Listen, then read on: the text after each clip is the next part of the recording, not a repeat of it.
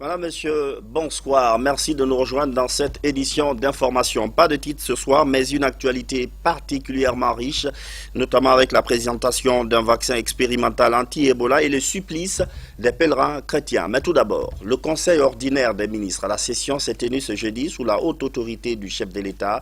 Plusieurs questions étaient au menu de la rencontre, notamment la promotion de la commercialisation des fruits locaux. Le président Alpha Condé a également demandé de communiquer sur les droits des enfants. Mahmoud Bari. C'est sous la présidence du chef de l'État que le Conseil ordinaire des ministres a tenu sa session. 4 points étaient à l'ordre du jour.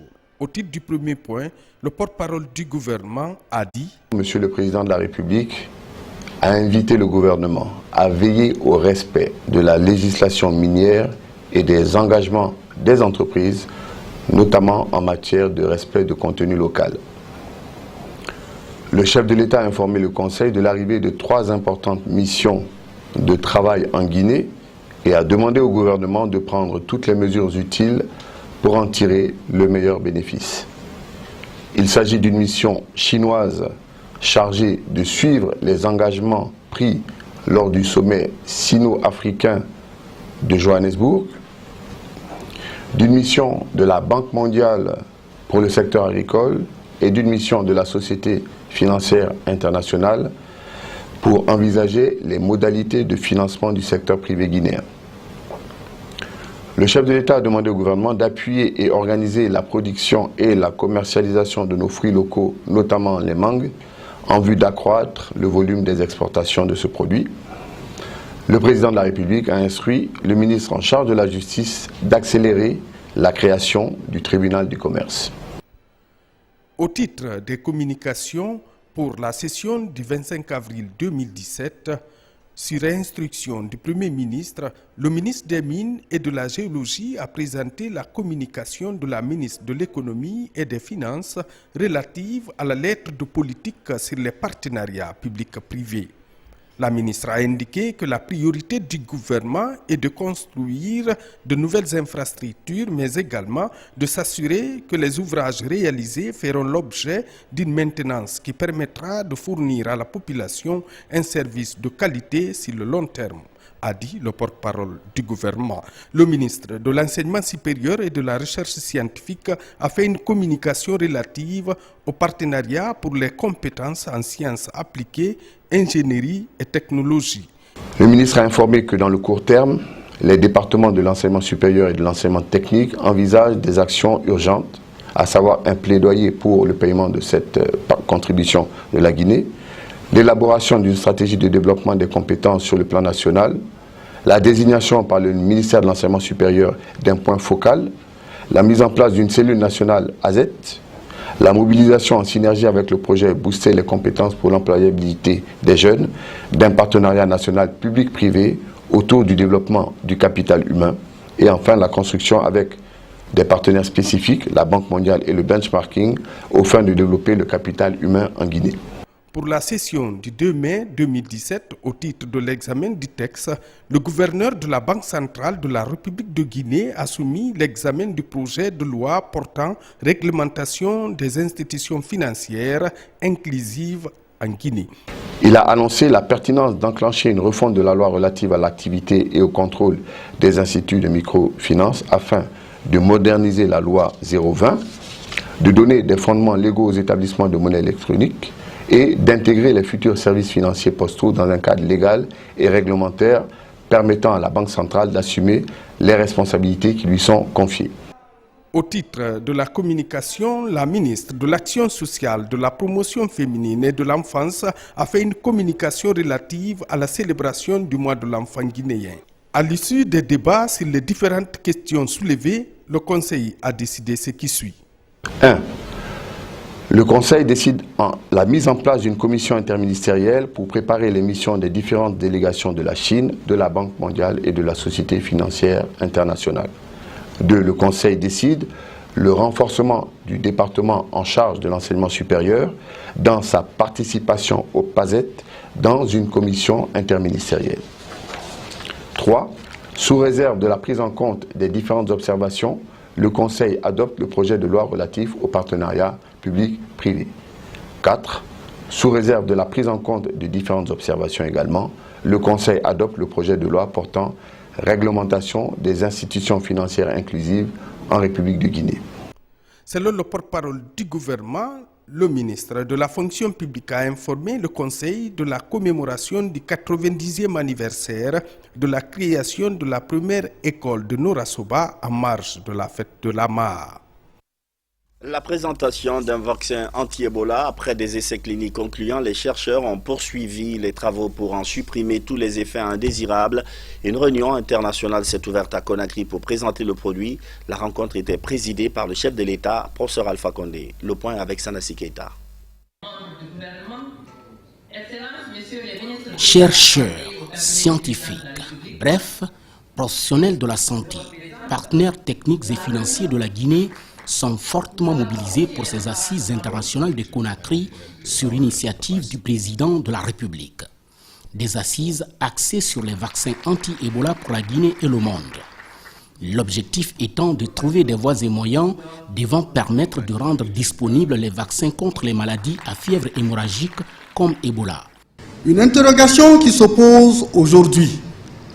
Comment faire pour rendre disponibles les vaccins contre les maladies à fièvre hémorragique comme Ebola? Voilà l'objet de notre rencontre autour du thème « Vaccin anti-Ebola pour la Guinée et le monde ». Je suis persuadé que l'espoir peut être permis au soir de cette réunion, car les experts, scientifiques, chercheurs, bref, les sommités de haut niveau ici réunis auront passé en revue nos préoccupations de l'heure, notamment le plan pour la recherche et le développement des maladies infectieuses à potentiel épidémique, le rôle combien important de disposer d'un stock de vaccins pour les interventions d'urgence, les perspectives sur les lacunes de la recherche et les défis de coordination pour accroître la capacité en recherche et développement dans la région africaine, la vaccination en ceinture dans les 13 pays à risque de flambée d'Ebola, le résumé du résultat des essais cliniques des vaccins contre Ebola.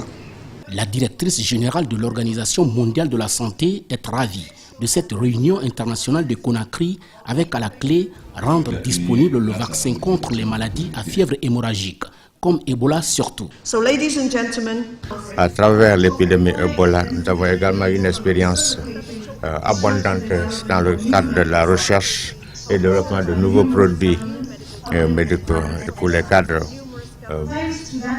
publics et privés. Et ce vaccin a été donc testé en l'espace de 12 mois. as compared with the 5 to 10 years. Des satisfecits de reconnaissance ont été par ailleurs décernés par Margaret Chan aux personnes qui sans cesse se sont battues sur le terrain pour gagner la lutte contre la maladie à virus Ebola en Guinée. Le président de la République, l'initiateur de cette réunion internationale, se souvient encore des conséquences de cette maladie en Guinée. L'Ebola a eu un effet dévastateur sur la vie des peuples de Guinée, sur les familles et sur notre économie. Mais ces effets négatifs ont été atténués grâce à la mobilisation de la communauté internationale. Lors de la conférence scientifique sur la disponibilité des vaccins tenue à Conakry en novembre 2015, nous avons exprimé l'espoir de voir l'effort de recherche aboutir à un résultat probant qui pourra aider l'humanité à prévenir et continuer la survivance d'une telle épidémie. C'est cet espoir également qui a animé le gouvernement guinéen à donner son accord de collaboration à l'implémentation du vaccin anti-Ebola, dont l'impact a permis de contrôler de façon durable l'épidémie de la pathologie. Mesdames, Messieurs, l'Afrique, berceau de l'humanité, souffre encore beaucoup de retard dans les domaines de la science, de la technique et de la technologie.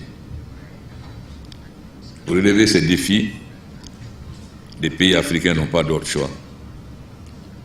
Ces fils et filles doivent se donner la main et conjuguer les efforts pour développer des projets innovateurs par des évidences, c'est-à-dire utiliser la recherche pour relever des défis et résoudre efficacement et durablement les problèmes de santé dus aux épidémies, calamités ou maladies courantes, souvent considérées comme fatalités dans notre environnement.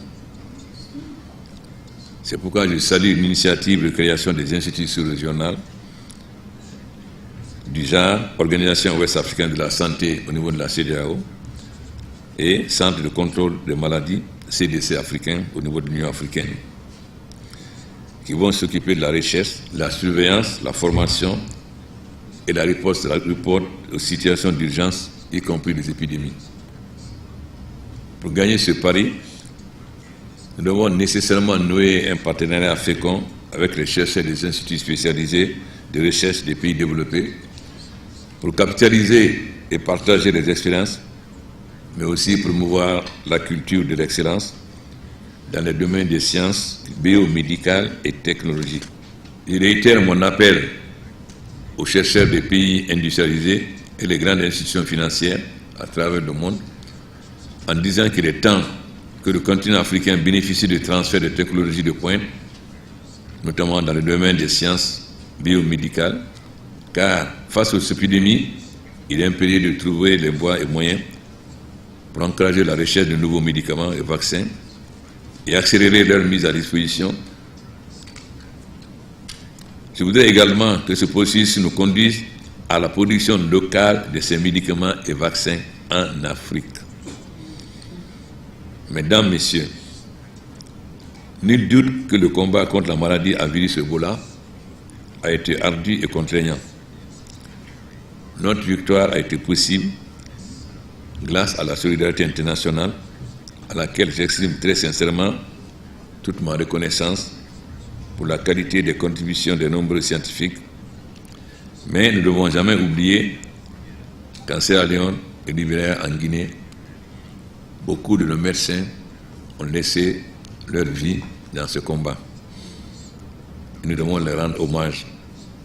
Et je suis très heureux des acclamations qui ont accueilli le docteur Sakoba, parce que quand on dit Ebola en Guinée aujourd'hui, on dit docteur Sakoba. Le gouvernement et le peuple de Guinée ont été particulièrement sensibles à la présence à leur côté de très hautes personnalités pendant la riposte de maladie de virus Ebola. Nous leur exprimons nos chaleureux remerciements. Nous avons aussi bien apprécié le leadership de l'OMS dans la conduite des opérations techniques sur le terrain et sa contribution significative à l'essai vaccinal en Guinée. Je ne sais pas pourquoi vous n'avez pas décoré la dame qui a été quand même symbolisée l'utilisation du vaccin en Guinée. Madame Maria, je ne sais pas.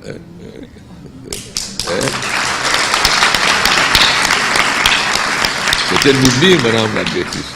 Mesdames, Messieurs, en dépit de tous les efforts conjugués de l'ensemble des intervenants, des défis importants demeurent pour renforcer nos capacités en vue d'être mieux préparés à gérer les situations d'urgence futures.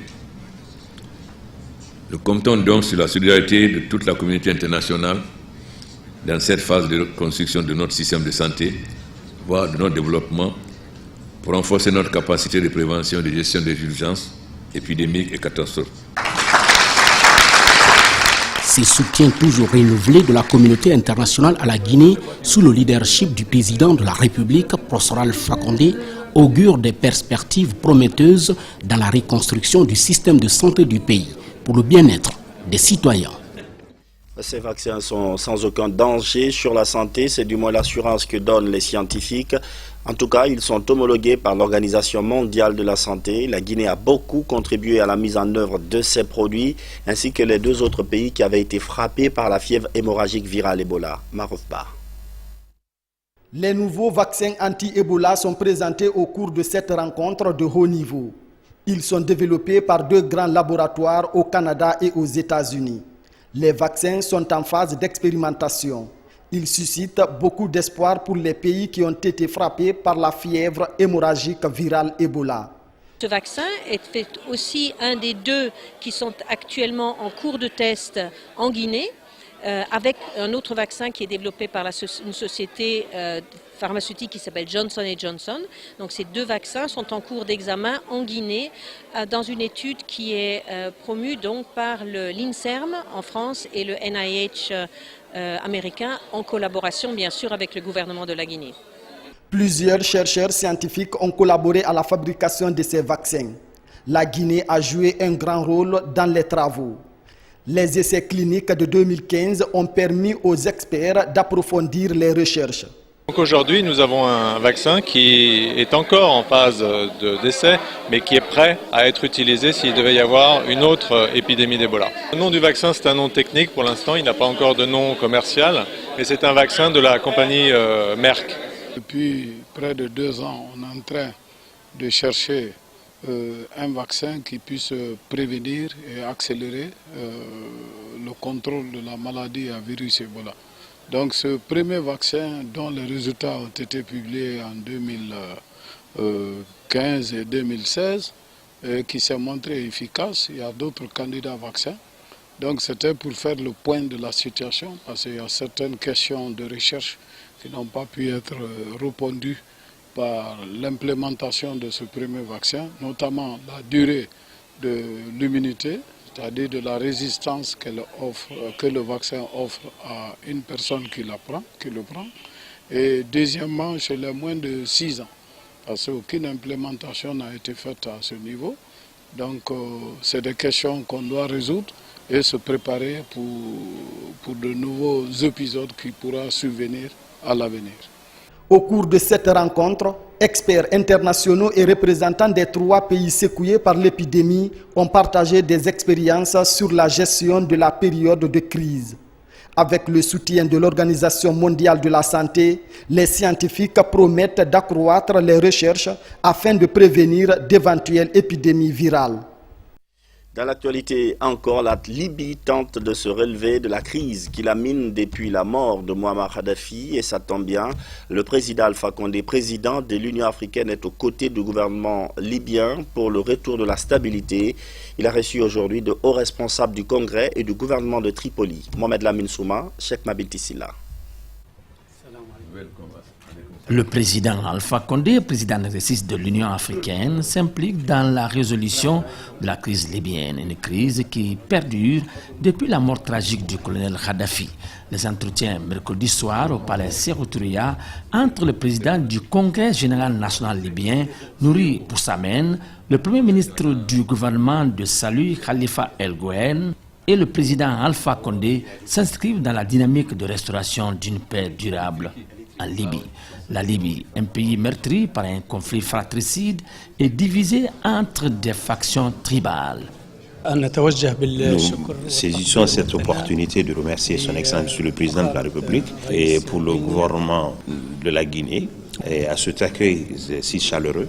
Nous avons reçu avec fierté cette invitation de Monsieur le Président de la République.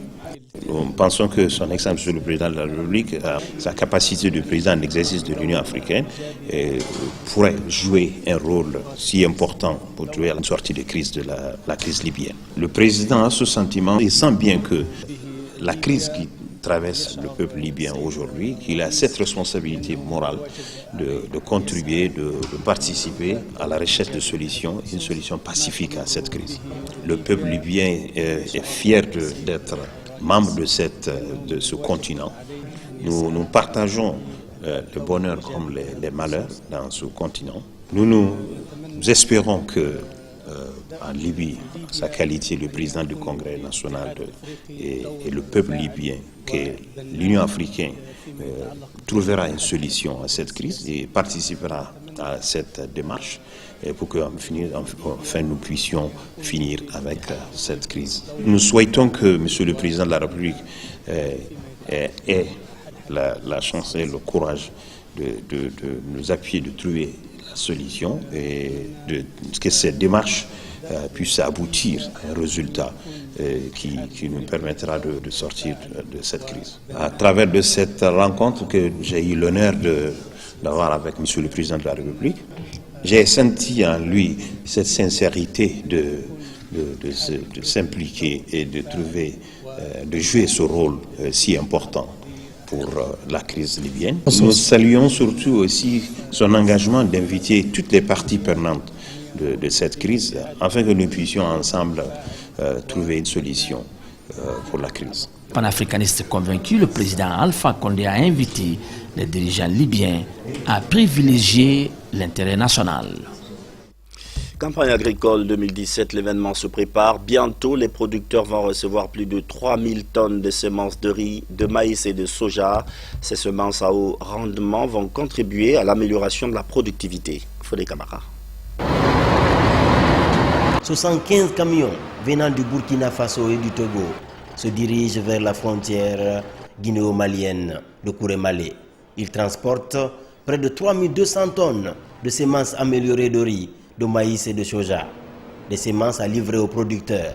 Cette action contre la faim et l'insécurité alimentaire dans la sous-région est pilotée par le programme de productivité agricole en Afrique de l'Ouest. Au total, nous devrons couvrir, rien que sur la riziculture, plus de 100 000 hectares avec les 2000 tonnes de semences de riz.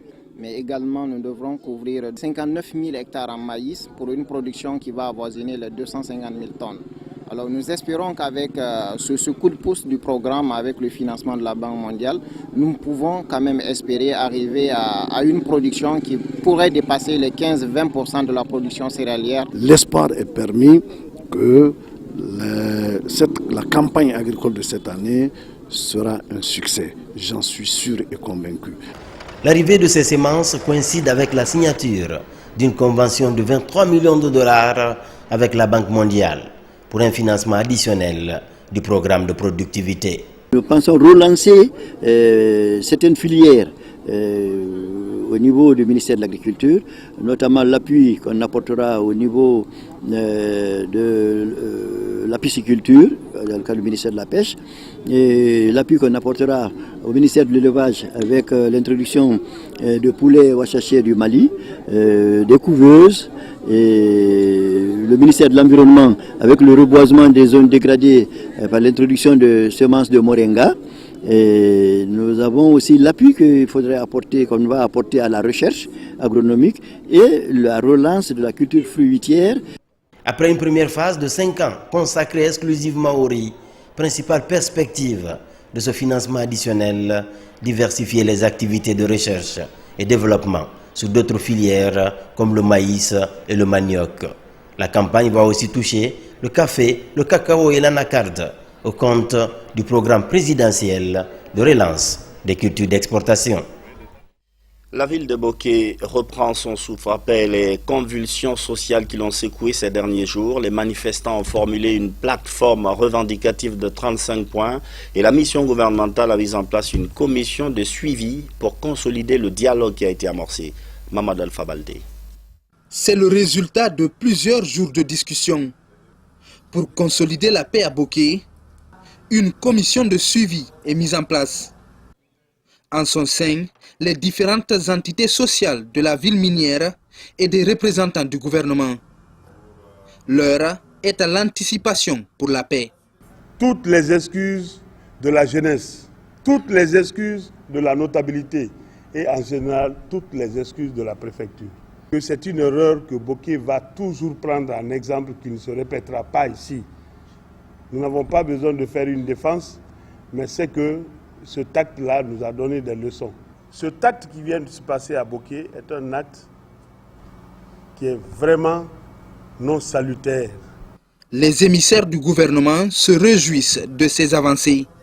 L'ensemble des revendications seront examinées et des réponses apportées à chacune d'entre elles à court, moyen et long terme. Nous avons engagé la responsabilité de chacun des acteurs pour travailler ardemment pour que non seulement nous progressions sur les points légitimes à court, moyen et long terme, mais aussi et surtout que nous puissions garantir la paix et la quiétude dans la préfecture, sans lesquelles aucun progrès n'est possible. L'amélioration des conditions de vie des Bokéka, et nous allons travailler dans ce sens tous ensemble pour que ce qui s'est passé ici ne se répète plus jamais. La crise est passée, Boké retrouve son calme. Mais la mairie, la préfecture, le gouvernorat, ce poste de gendarmerie et le siège local d'électricité de Guinée rappellent aux consciences l'intensité des manifestations que la ville regrette aujourd'hui. La délégation gouvernementale s'est rendue chez les sages de Boké et a présenté les condoléances aux familles qui ont perdu des proches dans ces manifestations. Boké, justement, qui est concerné, tout comme Bofa, par la mise en place d'un projet de gestion des redevances minières. Une mission onusienne est en Guinée pour discuter avec les autorités des contours de ce programme. L'objectif est d'améliorer la gouvernance minière dans ces deux préfectures. Mohamed Lamine Camara. Dans moins d'une année, la phase 3 du programme d'appui au développement local en Guinée va prendre fin. Pour renforcer le partenariat entre la Guinée et les Nations Unies à travers le fonds d'équipement, un nouveau projet d'appui aux collectivités de Bofa et de Boké est en vue. Pour ce faire, la directrice adjointe de l'unité de développement local des Nations Unies multiplie les contacts auprès des acteurs concernés. Première étape, le ministère de l'administration du territoire et de la décentralisation. L'objet était de peaufiner en fait cette dernière année pour clôturer ce projet et puis d'envisager ensemble le futur, de voir qu'est-ce que nous pouvions faire ensemble dans le cadre d'un nouveau projet et donc de discuter sur les perspectives possibles de travailler en appui donc au gouvernement guinéen, aux collectivités locales dans les régions de Boké et de Bofa, avec également la Chambre minière de Guinée, avec également d'autres partenaires comme le PNUD, mais aussi Charente-Maritime Coopération et le secteur bancaire. L'annonce de ce projet est une lueur d'espoir. La vision du gouvernement est de faire en sorte que les redevances minières soient bien gérées au bénéfice des populations. Nous avons salué au nom du gouvernement, au nom du chef de l'État, cette belle opportunité que le gouvernement guinéen sera prendre à bon escient. Et donc nous n'avons pas manqué d'exprimer la satisfaction du gouvernement guinéen et du président de la République et dégager également toute notre disponibilité au niveau du MATD qui va abriter ce projet, la tutelle, dans le cadre en tout cas d'une exécution parfaite de ce projet. Ce projet d'amélioration de la gestion des redevances minières à Grem viendra renforcer le processus de décentralisation et de bonne gouvernance des ressources locales en Guinée. À Kissidougou, une piste rurale de 50 km vient d'être inaugurée. Sa réalisation a été entièrement financée par une société minière. La bonne nouvelle, c'est que cette piste permet de désenclaver une dizaine de zones de production agricole. Nous y reviendrons. Le Conseil supérieur de la magistrature va lancer un site internet pour y indiquer les procédures et raisons de sa saisine. Beaucoup de citoyens saisissent cette institution très souvent pour de mauvais motifs. Le Conseil veut bien se mettre à la disposition des populations, mais faudrait-il encore que les démarches soient légales? Mamadi Terna Kamisoko. En Guinée, les procédures de saisine du Conseil supérieur de la magistrature sont méconnues du grand public. Installée il y a 2 ans, l'institution judiciaire a reçu 47 plaintes contre les magistrats en lien avec les décisions de justice rendues dans les juridictions. Un chiffre qui contraste avec la moyenne enregistrée dans la sous-région. Au Sénégal voisin par exemple, seulement 25 plaintes des citoyens ont été traitées en 29 ans. Ce jeudi, la préoccupation est partagée avec la presse. Quand c'est en première instance qu'on a perdu un procès, il est loisible d'aller devant la cour d'appel dans le cadre du recours en appel. Et quand c'est devant la cour d'appel, on fait un pourvoi en cassation devant la Cour suprême. Malheureusement, souvent, on saisit le conseil pour influencer les magistrats. Il y a énormément de plaintes, c'est un peu les maladies de la jeunesse. C'est-à-dire, on a ouvert les vannes, tout le monde s'est engouffré, on ne cherche pas toujours à savoir si la plainte est fondée ou pas fondée, mais on a le droit de porter plainte, on porte plainte. Face à l'urgence de la situation, une conférence de presse en langue nationale et une tournée de sensibilisation et d'information des citoyens de Conakry et de l'intérieur du pays sont annoncées dans les prochains jours. Mieux, le nouveau site internet du Conseil supérieur de la magistrature, le www.csmguinée.org, est présenté. Toutes les questions relatives à l'institution ou à sa saisine y trouveront une réponse. On va intégrer dans le site toutes les informations disponibles. C'est-à-dire les lois, les décrets, tout ce qui concerne le fonctionnement de la justice va être intégré dans ce site. Cela vous donne des informations à vos journalistes, mais à n'importe quel citoyen qui veut savoir comment fonctionne le Conseil supérieur, comment fonctionne la justice, quels sont les droits qui sont reconnus à un citoyen. Pour rappel, sur les 47 dossiers examinés par le Conseil de discipline du Conseil supérieur de la magistrature, un seul cas de radiation de magistrats est intervenu contre plusieurs rétrogradations. La dernière réunion du 21 février dernier a traité 14 plaintes, dont 7 ont fait l'objet de décisions disciplinaires pour un seul magistrat averti. Retour sur la journée de la liberté de la presse à Conakry. La structure Wasolo Agence Communication a organisé la grande soirée des médias. La première édition a été ponctuée par des échanges entre patrons des médias et journalistes sur la responsabilité des journalistes en Guinée. Thème choisi, médias guinéens, du dynamisme à l'incertitude. Fatimatou Diallo. C'est le deuxième temps fort de la célébration de la Journée internationale de la liberté de la presse à Conakry. Au cours d'un dîner, journalistes et patrons de presse discutent de l'avenir des médias en Guinée. Malgré la profusion de titres des médias audiovisuels et en ligne, il faut dire que de nos jours, la presse guinéenne se pose des questions sur son avenir, sur lequel planent des incertitudes, eu égard les facteurs limitants son épanouissement d'un point de vue économique essentiellement. Pour alimenter les discussions, un magazine sur le quotidien des journalistes est projeté. Il s'agit des difficultés rencontrées par les hommes de médias dans l'exercice de leur métier. Une manière d'attirer l'attention sur les atteintes à la liberté de la presse. Nous pouvons poser ici, avoir le temps de faire une introspection de notre profession et de nous recadrer pour voir chez nous ce qui ne va pas et ce qui va, afin d'avoir en Guinée une presse plus responsable et plus professionnelle. Cette retrouvaille a été aussi l'occasion de rendre hommage aux précurseurs du métier et à ceux qui se sont illustrés pour l'avènement d'une presse plurielle. Un journaliste doit travailler pour le public. Un journaliste doit être impartial, il doit être objectif, il ne doit pas avoir de parti pris. Donc cette cérémonie-là, en nous honorant, ça donne la preuve par 9 que tout journaliste doit mettre en tête que l'avenir, c'est travailler pour l'honneur et non travailler pour l'argent. Des humoristes et musiciens étaient à cette soirée organisée par Wasolo Agence Communication. Deux panels étaient organisés sur la gestion du paysage médiatique guinéen. Les participants se sont penchés sur les dérives observées chez certains confrères. Comment les rappeler à l'ordre en les poussant à l'autocritique? C'est la question à laquelle a tenté de répondre le ministre conseiller spécial du chef de l'État, le ministre Thibou Camara. Il est au micro de Fatimatou Diallo. Sur les responsabilités et la place du journal. Cette journée internationale de la liberté de la presse va être suivie d'une réflexion supplémentaire à la faveur de la journée de la presse que le chef d'État a décidé de dédier aux professionnels des médias. À écouter les différents intervenants, notamment les journalistes eux-mêmes, qui sont l'âme de la presse et qui traduisent les préoccupations les plus profondes de ces médias, je comprends davantage l'opportunité et la pertinence de cette journée.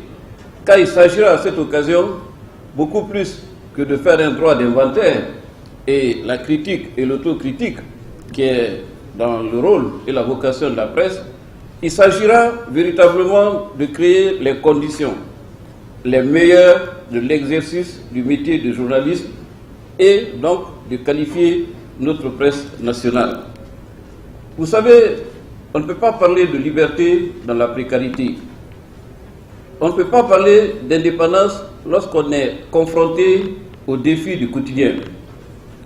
Tous ceux qui sont confrontés à des difficultés sont nécessairement vulnérables, malheureusement y compris les journalistes.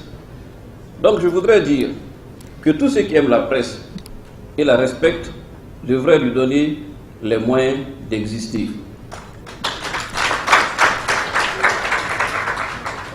Et l'engagement solennel que je prends au nom du chef de l'État, c'est que bientôt, très bientôt, la presse guinéenne sera différente parce qu'elle sera meilleure.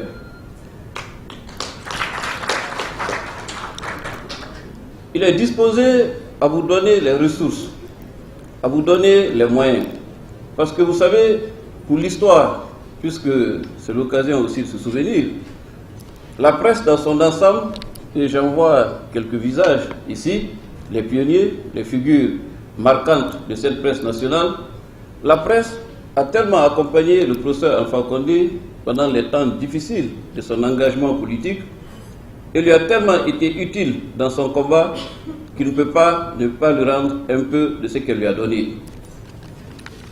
Et c'est clair que la journée de la presse sera cette occasion d'exprimer sa reconnaissance et aussi d'aider à ce que la presse ne soit plus le maillon faible de notre démocratie, mais qu'elle en soit aussi bien l'expression que le maillon fort. Le ministre Thibaut Camara, ministre d'État, ministre conseiller spécial du chef de l'État au micro de Fatimatou Diallo.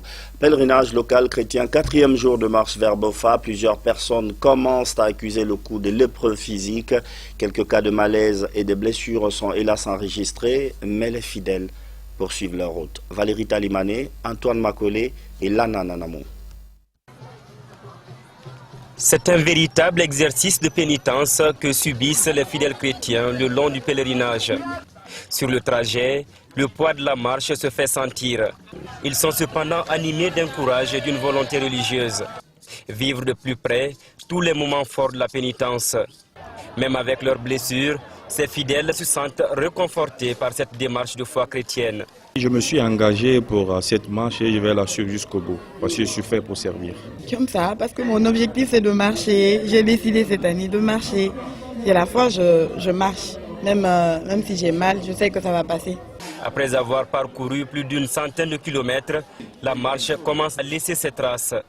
Comme plusieurs pèlerins, dans cette salle aménagée pour la circonstance, des blessés et autres patients sont reçus par des équipes médicales constituées afin de leur offrir des soins de base.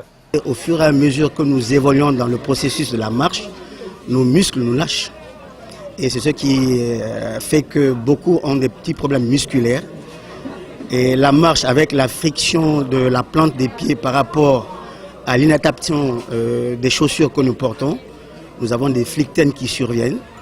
Mais sur le plan pathologique, nous avons beaucoup plus des problèmes de gastro-entérite simple ou bien gastro-entérite fébrile dus à l'alimentation en général. Pour cette année, je fonctionne avec 6 médecins, 2 sages-femmes, 2 infirmières et 5 secouristes. Avant l'ouverture officielle du pèlerinage, ces fidèles sont déjà convaincus de la présence de Dieu dans leur cœur. Ils espèrent tout de même que leurs différentes intentions de prière seront exaucées. Par la prière, les marcheurs comptent vaincre les peines subies lors de la marche. Sport scolaire et universitaire enfin. Après la fin du tournoi 2017 à Conakry, le ministre de l'enseignement préuniversitaire et de l'alphabétisation a reçu au département toutes les délégations sportives en vue de les féliciter. On vous rappelle que la prochaine édition des sports scolaires 2018 aura lieu à l'Abbé. Ibrahima Souri Fofana. Étaient présentes à cette cérémonie les délégations sportives des 4 régions naturelles plus celles de Conakry. Elles ont activement participé à la réussite du tournoi scolaire 2017.